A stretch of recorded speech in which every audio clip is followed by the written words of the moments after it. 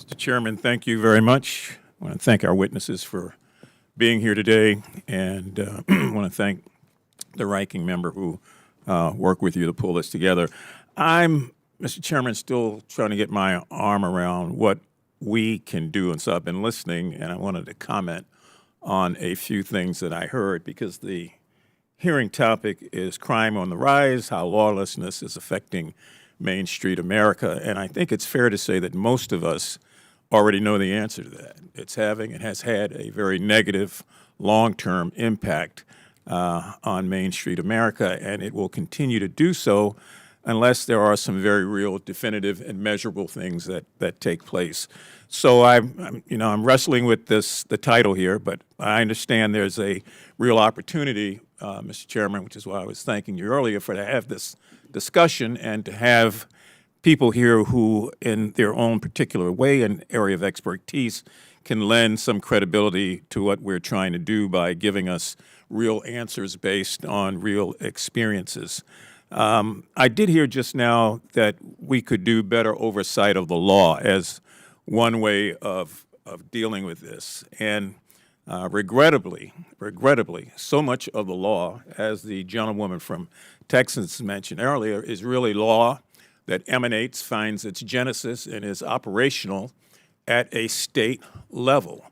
States, local DAs in cities, towns, and hamlets, and other places really have to be at the table. In fact, I wish the representative organizations of each were here today, because that's where the meat of this is going to be found, and that's where we're going to find real effort. I mean, we sit here, it's a great committee to be on, but at the end of the day, on this particular issue, it's very difficult for the government of the United States at a federal level to bring about instant change. However, again, states, local municipalities, and DAs on local levels can, in fact, enforce the law.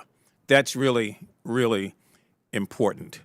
And then I heard a good suggestion, which we can deal with at our level, and that is this whole idea of dealing with recidivism. Someone said earlier when I got into the hearing that, yeah, there's a lot of crime, but the criminals are the criminals are the criminals. It's usually the same club, the same group, and so that's why recidivism is so very high. And I think from a legislative perspective, as we move forward on crime initiatives, perhaps it's important in language and in instruction to make sure that a part of that attaches itself to recidivism rates, and whatever we're trying to do calls attention back to the fact that there has to be measurable achievements in recidivism before we're prepared to issue whatever we do, whether it's money or expertise or anything else.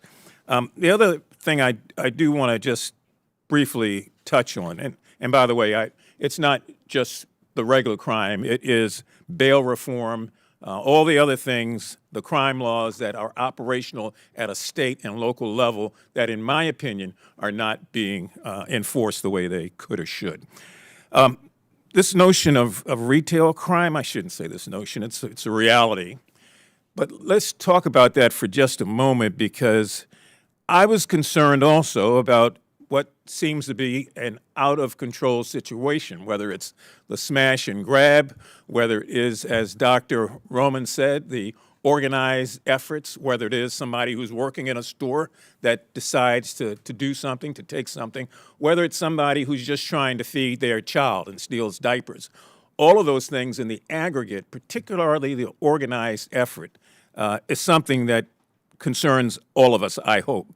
So I was equally concerned 4 weeks ago, when I read that the National Retail Federation, which scared the daylights out of most Americans in their report, said that the retail theft had reached $94 billion in this country, a gross overstatement.